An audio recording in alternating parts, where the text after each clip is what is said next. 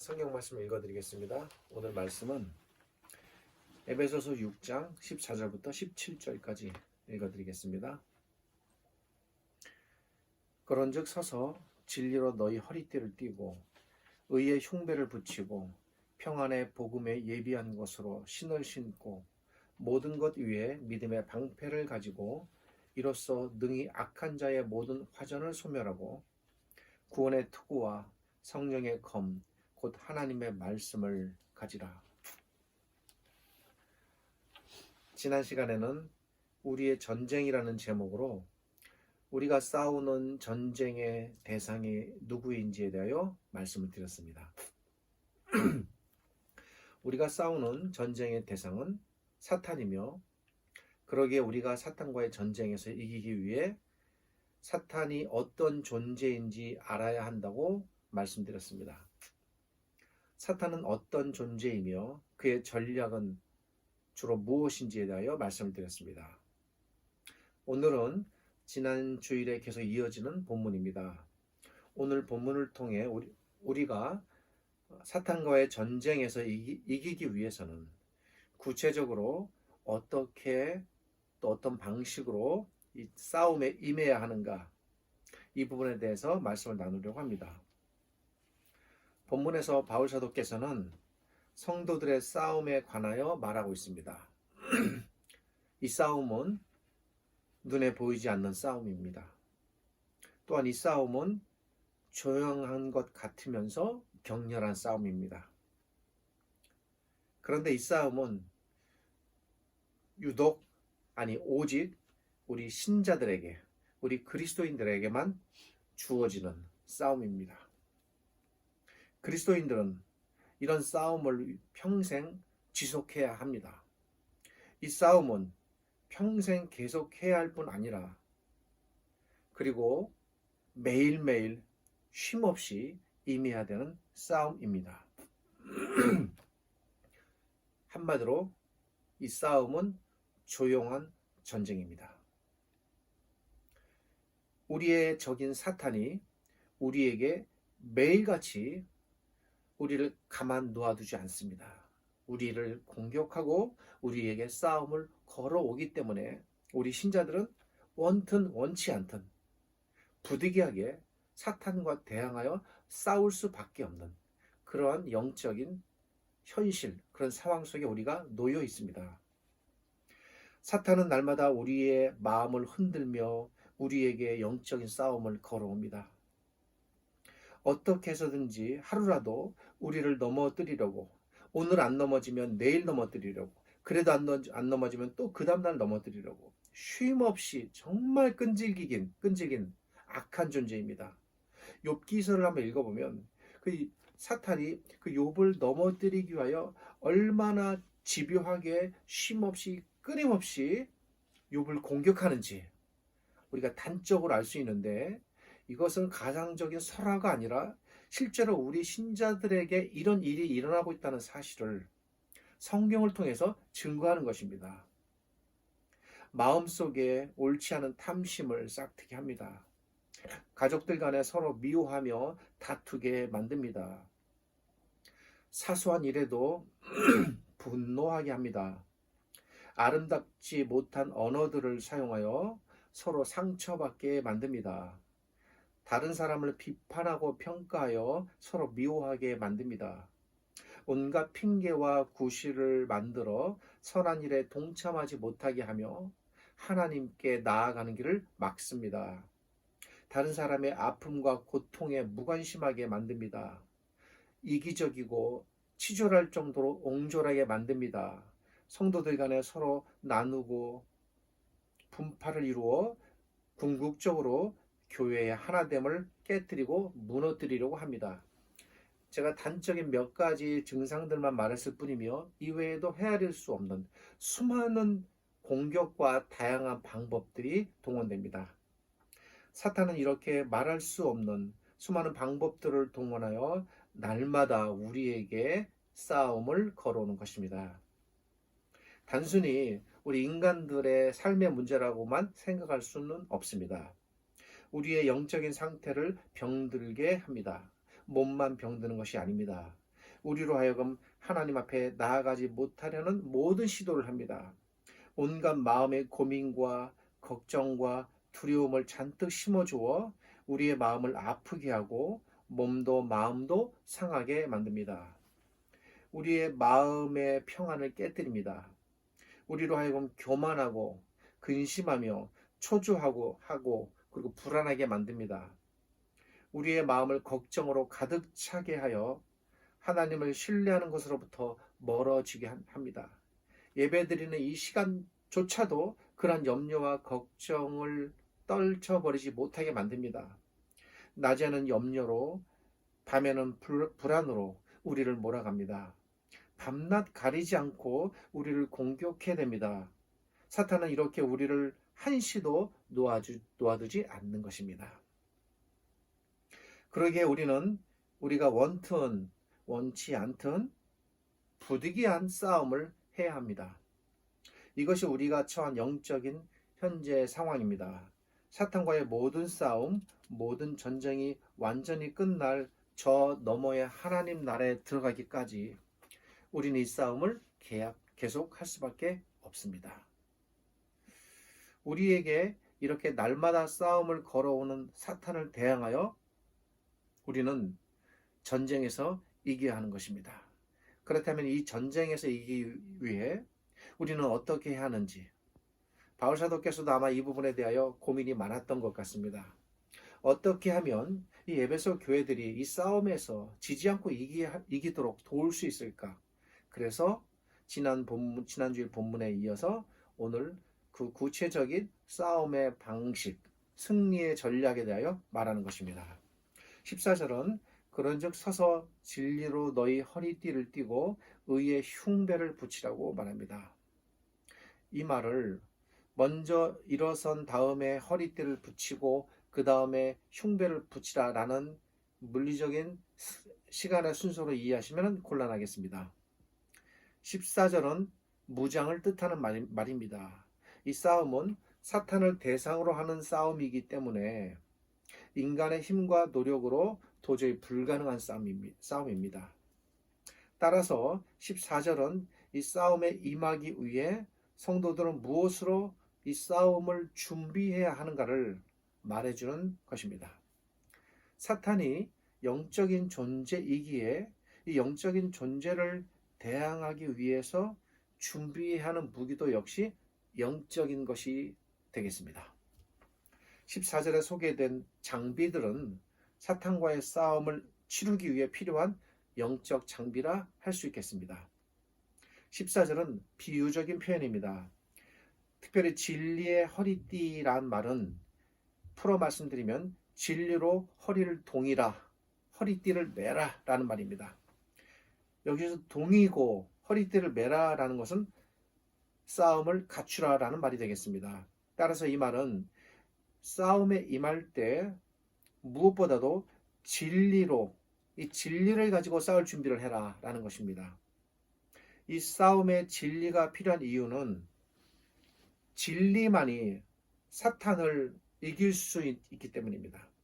사탄은 지난주에 말씀드렸듯이 그리고 아담과 하와도 그런 방식을 동원하여 결국은 무너뜨렸죠. 그가 가장 변함없이 쓰는 전통적이면서도 가장 효력 있는 효과적인 방법이 무엇입니까? 속임수였습니다. 속임수에 아주 능한 자입니다. 인간이 얼마나 속임수에 약하며 어떤 상황에 어떤 순간에 어떤 말을 하면 이 사람이 넘어갈 것인가를 가장 잘 포착하는 사람이 존재가 바로 사탄입니다. 따라서 사탄은 이런 속임수를 알 수 있는 길은 그것이 속임수인지 아닌지를 분별할 수 있는 것이 필요한데 그것이 진리라는 것입니다. 인간의 지혜로는 사탄의 속임수를 알 수도 없고 당할 수 없습니다. 사탄의 속임수를 분별할 수도 없고 눈치챌 수도 없습니다. 그런데 사탄의 속임수 전략을 알아낼 수 있는 방법이 있는데 그것이 바로 진리, 곧 하나님의 말씀이라는 것입니다. 비유로 말씀드리면 진리는 거울과 같다 할 수 있겠습니다. 사탄이 아무리 자신을 선한 천사처럼, 성경에도 기록되어 있죠. 심지어 천사처럼 위장하기도 한다고 했습니다. 그렇게 꾸미고 우리를 속이려 해도 진리의 거울에 비춰보면 그의 추악한 모습이 다 드러난다는 것입니다. 진리의 거울로 비추어보면 사탄의 실체, 그의 본 모습, 그의 속셈, 그의 의도, 그의 속임수가 무엇인지 다 드러난다는 말입니다. 그래서 바울 사도께서는 우리가 사탄에게 속지 않으려면, 아마 아담도 그랬을 것입니다. 아담이 정말 속지 않으려면 하나님께서 하신 그 말씀을 그대로 믿고 그 말씀에 비추어 생각해야 되는데 그 말씀을 놓친 겁니다. 그러니까 사탄의 실체가 안 보였던 것이죠. 하나님의 말씀으로 철저히 무장하는 것 외에는 사탄의 실체를 알 길이 없다는 말입니다. 바로 이런 이유 때문에 우리가 날마다 성경을 읽고 배우고 공부하고 깨닫고 성경에 기록된 그 진리의 말씀의 의미가 무엇인가 자꾸 알아가야 하는 것입니다. 날마다 주의 말씀을 읽고 배우고 깨닫는 일은 사탄과의 싸움을 위해서 나 스스로를 진리로 무장하는 일이라고 말할 수 있겠습니다. 매일매일 이루어지는 평범한 날의 하나님의 말씀에 대한 이 고찰이 아무것도 아닐 것 같지만 이렇게 치열한 자신에 대한 영적 무장이라는 사실을 놓치면 안 되겠습니다. 다음으로 의의 흉배란 적의 공격을 막아내기 위한 장비를 비유적으로 말하는 말입니다. 사탄은 성도들에게 특별히 여러 가지 무기를 사용하지만 성도들을 치명적으로 공격하여 그를 시리에 빠뜨리기 위해서 주로 사용하는 무기 중에 하나가 뭐냐면 가책이라는 것입니다. 죄책. 실제로 모든 죄를 용서받았고 죄가 없음에도 불구하고 끊임없이 너는 죄인이야. 네가 그런 죄를 짓고도 살 수가 있어? 네가 그런 죄를 짓고도 신자야? 네가 그런 죄를 짓고도 목사야? 네가 그런 죄를 짓고도 감히 하나님 앞에 나와 예배할 수 있어? 끊임없이 이미 용서받고 없는 죄를 들추겨서 신자를 공격하는 것입니다. 이런 것들이 존 루이스가 쓴 스크루테이프 편지에 아주 적나라하게 잘 기록되어 있습니다. 이런 가책이 계속 가중되면 하나님 앞에 나아오기를 두려워하고 부끄러워하고 좌절하고 포기하게 됩니다. 그래서 더 이상 싸울 능력도 당연히 상실하게 됩니다. 이런 사탄의 공격은 때로 신자들에게 매우 치명적입니다. 싸울 능력을 상실하게 된 신자는 결국 하나님으로부터 떠나가게 됩니다. 등을 돌립니다. 감히 부끄러워 못 나오는 것이죠. 그 옛날 에덴 동산 안에서 아담이 하나님을 피하여 숨은 것과 같은 상황이 오늘날 발생되는 것입니다. 이런 사탄의 치명적 공격을 막아내는 데 필요한 것이 바로 의의 흉배라는 것입니다. 풀어 생각해 보겠습니다. 하나님의 의로움은 사탄의 가책, 사탄의 모든 정죄를 막아낼 수 있는 방패입니다. 하나님께서 우리를 의롭다 하셨는데 누가 감히 우리를 죄 있다 하겠는가? 정죄하겠는가? 바울 사도께서 이 부분에 대해서 기록했습니다. 하나님께서 우리의 모든 죄를 사하시고 우리를 거룩하다 하셨는데 어찌 사탄이 우리의 지난 죄를 들먹여 다시 우리의 죄를 논할 수 있겠는가? 그럴 수 없다는 것입니다. 이것이 이 본문을 쓰신 사도 바울의 생각입니다. 그래서 로마서에서 그렇게 치열하게 믿음의 의에 대하여 말하는 것입니다. 우리는 예수 그리스도를 통해 전적으로 하나님의 의로움의 옷을 입었습니다. 바울 사도께서 옷으로도 많이 비유합니다. 옷을 입었다는 겁니다. 하나님의 의라는, 그리고 오늘 이 본문의 근거에서 말씀드린다면 하나님의 의라는 철갑 옷으로 온몸을 무장했다는 것입니다. 이 철갑 옷을 입었기에 사탄의 그 어떤 화살도 그의 창칼도 우리를 뚫지 못한다고 말하는 겁니다. 이 사실을 언제나 잊지 말라라고 말씀하는 겁니다. 15절에서 바울은 전투용 신발을 신으라고 말합니다. 하나하나 비유적으로 말했으니까 가급적 이 본문의 표현을 쫓아가면서 설명을 드릴까 합니다. 이 신은 평안의 복음으로 예비한 것이다 라는 기록으로 나타납니다.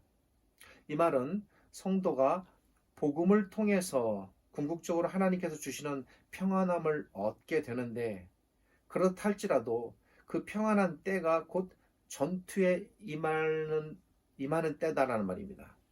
복음으로 평안을 얻었을 때 평안 속에 안주하지 말고 사탄과의 전투를 준비하라는 말입니다. 복음으로 온전히 무장한 상태에서 출전하라는 말입니다. 하나님의 말씀으로 자신을 완전히 무장하고 그리고 나서 전투에 임해야 된다는 말입니다. 다음에 바울은 16절에서 믿음의 방패에 대하여 말합니다. 바울이 살던 시대에 로마 군인들이 실제로 전 세계를 정복해 나가면서 수많은 정복 전쟁들을 승리로 이끌었습니다. 그들이 전투에서 사용하던 방패가 있었는데 길이는 약 1.2m, 폭은 75cm 정도였다고 합니다.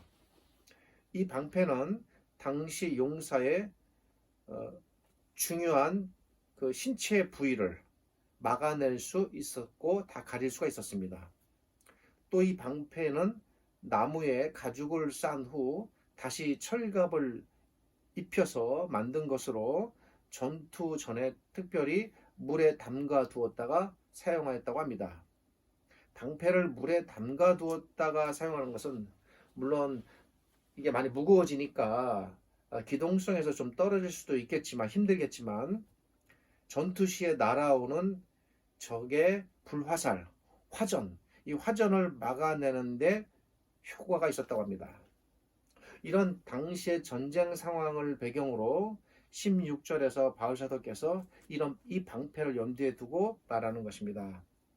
믿음으로 준비된 이 방패는 당시 로마 군사들이 사용했던 것 같은 이 방패는 어떠한 적의 불화살도 막아낼 수 있다고 말하는 것입니다. 그래서 화전이라는 표현을 썼습니다. 사탄은 그리스도인의 방향 감각을 상실시킵니다.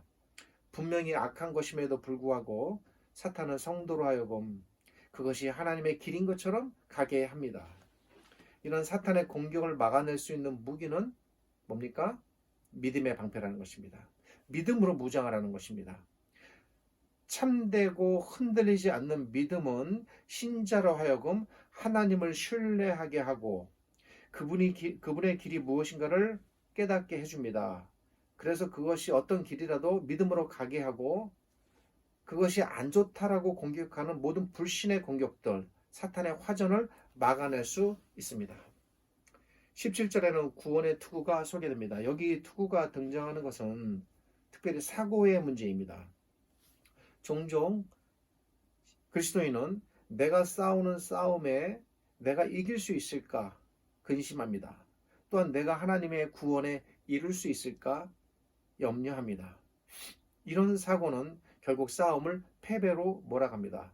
그러므로 바울은 싸우는 자가 승리에 대한 확신을 가지고 싸움에 임하라고 말하는 것인데 그것을 구원으로 표현한 것입니다. 이 승리에 대한 확신은 다른 데서 오지 않고 하나님께 대한 신뢰로부터 나옵니다. 하나님을 정말 신뢰하고 그분만을 의지하는 마음을 잃지 않는다면 거기서 나오는 승리에 대한 확신을 가지고 사탄을 대항할 수 있다는 말입니다. 이러한 마음이 바로 구원의 투구로 표현되었습니다. 다음으로 성령의 검이 등장됩니다. 지금까지 대부분의 무기들이 전부 다 적의 공격을 막아내는 수비에 해당되는 무기였다면 이 무기는 비로소 사탄을 치명적으로 공격하여 그를 무너뜨릴 수 있는, 거꾸러뜨릴 수 있는 공격형 무기가 되는 것입니다. 이 성령의 검이 바로 그 무기입니다. 성령의 검은 뒤에 나오는 하나님의 말씀을 의미합니다. 참된 검이란 하나님의 말씀을 바로 이해하고 그것을 실천하는 것을 말합니다. 우리가 잘 알듯이 예수님께서 광야에서 사탄에게 의하여 시험을 받을 때에 예수님께서 사탄을 물리치시고 그를 공격하신 그 무기가 무엇이었습니까? 하나님의 기록된 말씀이었습니다. 예수님께서는 하나님의 말씀으로 사탄의 유혹 하나하나를 정확하게 공격해내며 결국은 사탄을 물리쳐 내신 것입니다. 그것은 비단 예수님의 경우에만 해당되는 것이 아니라 우리 모든 신자들이 이렇게 하나님의 말씀으로 사탄의 유혹과 시험을 막을 뿐 아니라 공격해낼 수 있다는 것을 알려주는 것입니다. 하나님의 말씀을 그러게 제대로 깨닫지 못하고 또 배운 바를 실천하지 않는다면 그 검은 종이검에 불과할 것입니다. 성령께서는 이렇게 성도들이 깨닫고 실천하는 하나님의 말씀으로 사탄을 공격하십니다. 그러니까 사실은 우리가 하나님의 말씀으로 나아간다고 할 때 실제로 그 말씀을 가지고 우리를 대신하여 싸우시는 분이 성령 하나님이시라는 겁니다. 그래서 특별히 단순히 검이라고 말하지 않고 성령의 검이다라고 표현하신 겁니다. 성령께서 우리가 사용하는 그 말씀을 가지고 싸워주신다는 겁니다. 성령께서는 반드시 하나님의 말씀을 통해 성도의 싸움을 승리로 이끄실 것입니다. 앞에서 하나님의 말씀이 사탄의 거짓을 알아낼 수 있는 진리의 거울과 같다고 말씀드렸습니다. 그와 동시에 이 하나님의 말씀은 사탄의 거짓을 알아내고 동시에 치명적으로 공격하여 이길 수 있는 공격형 무기도 됩니다. 우리는 오늘 본문 말씀을 통해서 우리가 임하는 준비가 어떠해야 하는지 살펴봤습니다. 우리는 너무 안일한 것 같습니다. 우리는 교회 안에 들어오면 사탄의 모든 공격으로부터 피할 수 있지 않을까라는 생각도 하는 것 같습니다. 교회가 도피처가 아닙니다. 교회가 피난처가 아닙니다. 사탄은 오히려 교회를 전쟁터로 만듭니다. 교회 안에서 날마다 전쟁을 부추기고 싸움을 걸어옵니다. 어떤 경우에는 교회가 그대로 전쟁터가 되어 마침내 폐허가 되어 무너지기도 합니다. 신자가 하나님의 갑주로 항상 무장하지 않는 한 우리는 사탄과의 싸움에서 언제나 패배할 수밖에 없습니다. 반대로 우리가 하나님의 갑주로 항상 무장하고 있다면 우리는 사탄과의 전쟁에서 또 언제나 승리할 수 있습니다. 그러나 명심하십시오. 항상 패배하는 것도 없고 항상 승리하는 것도 없습니다. 승리 뒤에 패배가 있고 패배 뒤에 승리가 있습니다. 다만 우리는 끊임없이 물러나지 않고 포기하지 않고 이 싸움을 할 뿐입니다. 패배했다고 해서 낭망할 필요 없으며 승리했다고 해서 자만심에 빠져서도 안 될 것입니다. 하나님께서는 우리가 이 땅에서 사탄과의 싸움에 필요한 모든 무기들을 결국 이 본문을 보면 다 주셨다는 사실을 알 수 있습니다. 없는 무기를 가지고 나가 싸우라는 것이 아닙니다. 모든 무기는 다 주셨습니다. 주어져 있습니다. 우리에게. 이 무기들은 전부 우리가 갖고 있고 그리고 이 무기들은 전부 하나님의 말씀을 통해 주어집니다. 사탄의 거짓을 알 수 있는 진리, 하나님의 의로움으로 나아갈 수 있는 길, 구원에 대한 믿음, 사탄을 공격하는 성령의 검, 이 모든 무기들이 전부 어디에 있습니까? 이 하나님의 말씀 안에 들어있는 것입니다. 우리는 하나님께서 주신 절대 무기인 이 하나님의 말씀으로 무장하고 준비해야 됩니다. 전신의 갑주를 입는 길은 오직 하나님의 말씀뿐입니다. 날마다 하나님의 말씀을 읽고 생각하고 그 가운데서 하나님의 가르침이 무엇인지 깨닫기 위해 노력하고 그렇게 깨달은 바를 조금씩이라도 실천하기를 힘쓴다면 사탄은 우리를 공격할 틈을 얻지 못할 것입니다. 설사 사탄이 우리를 공격해 온다 해도 그 싸움에서 이길 것입니다. 언젠가 우리는 우리의 전쟁을 쉴 때가 옵니다. 이 전쟁은 끝이 없는 전쟁이 아닙니다. 분명히 끝이 있습니다. 우리의 전쟁이 모두 끝나는 그날 우리는 무엇을 가지고 하나님 앞에 나아가야 할까? 전쟁에서 패한 장수는 전쟁의 패배를 안고 부끄러움으로 나아갈 것입니다. 그러나 전쟁에서 이긴 병사, 이긴 장수는 백성의 환호와 왕의 축하를 받으며 승리의 영광으로 나아가게 됩니다. 우리의 전쟁이 끝나는 날, 그래서 우리가 싸운 모든 이 전쟁의 결과를 갖고 하나님 앞으로 나아가 그 결과를 보여야 할 때가 반드시 올 것입니다. 때로는 작은 싸움에서 우리가 질 수 있습니다. 그래도 결코 쓰러져 포기하지 말아야 합니다. 궁극적으로 우리는 이 길고 지루한 전쟁을 승리로 이끌 것입니다. 우리 승리의 그날에, 우리가 언젠가 하나님 앞으로 나아가는 날에 우리 신자들은 하늘의 천사들의 환호를 받으며 이 승리의 영광을, 우리를 전쟁터로 나아가 싸우게 하신, 우리를 내보내신 우리의 장수이시자 우리의 왕이신 예수 그리스도께 이 승리를 바칠 날이 올 것입니다. 그날을 꿈꾸며 그렇게 날마다 이 보이지 않는 조용한 전쟁을 매일매일 승리로 이끌어 가시기를 주님의 이름으로 당부드립니다. 기도하겠습니다. 오늘 이 말씀을 통하여 저희를 위로하시고 이 보이지 않는 조용한 전쟁을 치르게 하시고, 그리고 이 전쟁에서 우리를 승리로 이끌어 주시는 우리 주님 예수 그리스도께 영광과 찬양을 드립니다.